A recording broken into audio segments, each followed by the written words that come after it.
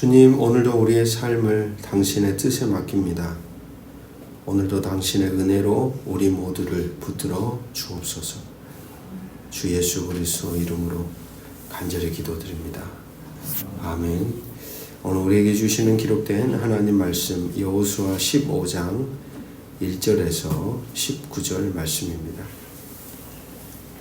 계속되는 땅 분배에 대한 이야기가 기록이 되고 있습니다. 특별히 유다 지파에 대한 땅 분배가 경계 어디까지인지 1절부터 12절, 그리고 13절에서 15절은 갈렙에 대한 갈렙의 요청과 헤브론 점령에 대한 이야기, 그리고 16절에서 19절은 갈렙의 딸 악사의 결혼과 요청에 대한 이야기가 오늘 본문에 기록됩니다.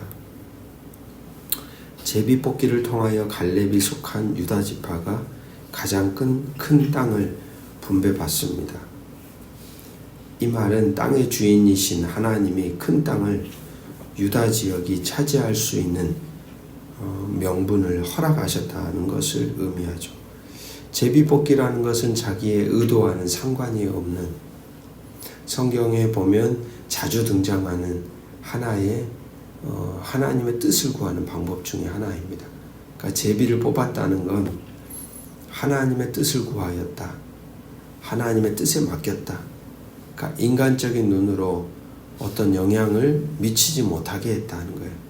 나중에 땅 분배에 대한 이야기를 우리가 이제 계속 읽어가는데, 나중에 에브라임, 므낫세라고 하는 요셉의 두 아들, 이 두 아들은 불평불만을 토해내거든요. 왜 우리에게는 이렇게 작은 땅을 줬냐고. 그러면서도 할 말이 없는 게 모두 다 형평성 있게 제비를 뽑아서 분배를 받았기 때문에 아무 말을 할 수 없는 것이겠죠.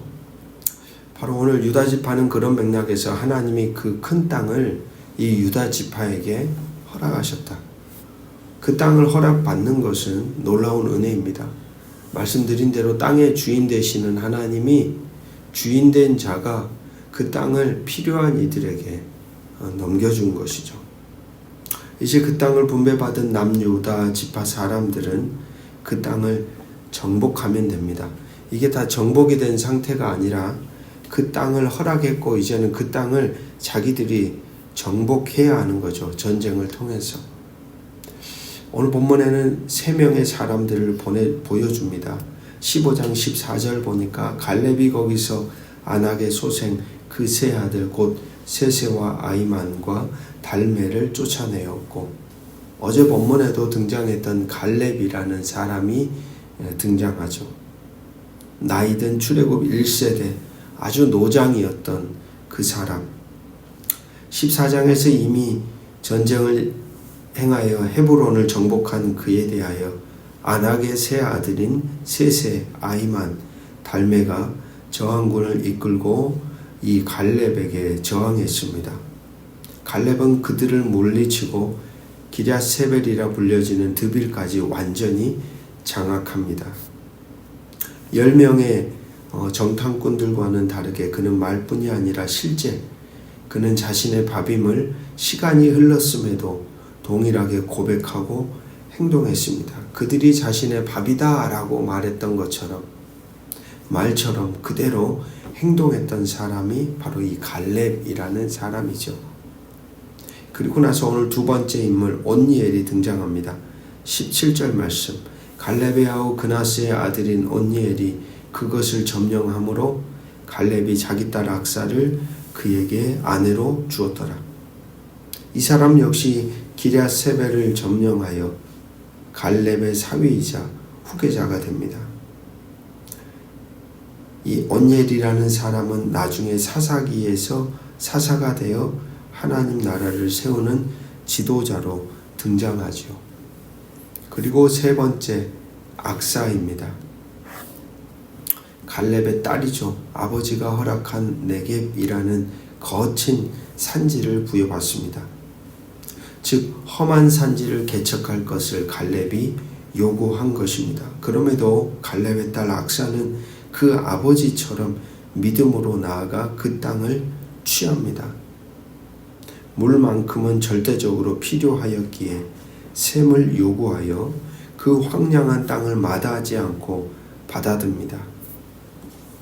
오늘 본문을 통하여 우리는 봅니다. 아낙 자손의 땅을 요구하였던 가장 나이 많았던 노장 갈렙, 그리고 기럇 세벨이라는 땅을 정복함으로 악사를 얻었던 온니엘, 그리고 황량한 땅을 받은 그대로 정복하였던 악사, 이들 모두는 믿음으로 하나님이 허락하신 은혜로운 땅들을 용기를 가지고 자신의 존재를 다해 정복했던 사람들입니다. 여러분, 오늘 우리에게 믿음이란 무엇일까요? 하나님의 행하실 일들을 그냥 무조건 기다리는 것이 아닙니다. 하나님의 행하시기를 기다리는 것이 믿음이 아니죠. 믿음이란 하나님이 말씀으로 약속하신 일들을 자신들 안에 품고서 그 일을 하나님의 영에 붙들려 몸과 마음과 뜻을 다해 행하며 살아가는 것입니다. 오늘도 저와 여러분에게 주어진 이 하루의 인생의 터전, 하나님이 우리에게 허락하셨습니다. 선물로 주신 것이죠. 그 가운데서 이제 우리가 해야 할 일은 하나님의 행할 일들만을 기다리는 존재가 아니라 우리에게 깨닫게 하신 하나님의 마음, 하나님의 뜻을 따라 하나님의 선한 일들을 행하는 자로 살아가는 것입니다. 바로 그럴 때 그 땅이 하나님이 거하시는 땅이 되고 하나님의 뜻이 성취되는 땅이 되고 하나님이 세우고자 하는 하나님의 나라가 저와 여러분의 인생 이 하루 가운데 가정, 직장, 삶의 자리 가운데 세워지게 될 것입니다. 기도하겠습니다. 주님, 당신이 허락하신 땅 위에 우리의 발걸음을 옮기게 하소서. 험난한 산지, 거친 광야일지라도 당신의 약속이 머문 자리라면 그 땅이 복으로 여겨지고 믿음으로 나아가게 하옵소서. 갈렙처럼 늙음에도 담대함으로 당신의 말씀을 붙들게 하시고 온니엘처럼 순종의 행보로 승리를 얻게 하여 주옵소서. 악사처럼 거친 땅을 기쁨으로 받아들여 생명의 샘을 요구하며 살아가게 하옵소서. 우리에게 주신 말씀의 은혜를 가정마다, 일터마다, 삶의 자리마다 듣게 하시고 깨닫게 하시고 심고 세우게 하옵소서.